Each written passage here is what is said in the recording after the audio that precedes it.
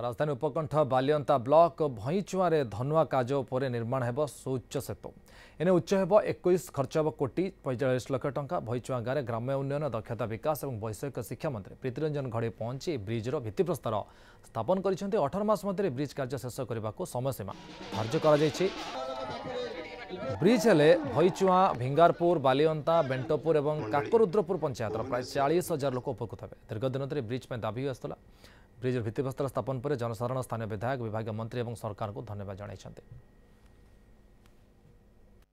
बहु दिन दाबी थिला आज माननीय मुख्यमंत्री आज सैंक्शन करिसेंती ए अंचल विकास पई ए निश्चिंत भाव में छात्र युवक महिला चाषी मान एवं ए अंचल अर्थनीति रे निश्चिंत भाव में आहरी उन्नति आने ए ब्रिज टी निश्चिंत सहायक हम। बहु परिश्रम फल आज आम समस्ते अंचलवासी पाइबे सुफल पाइबे से मुख्यमंत्री को तथा समस्त विभाग कर्मचारी मान धन्यवाद ज्ञापन करूँ।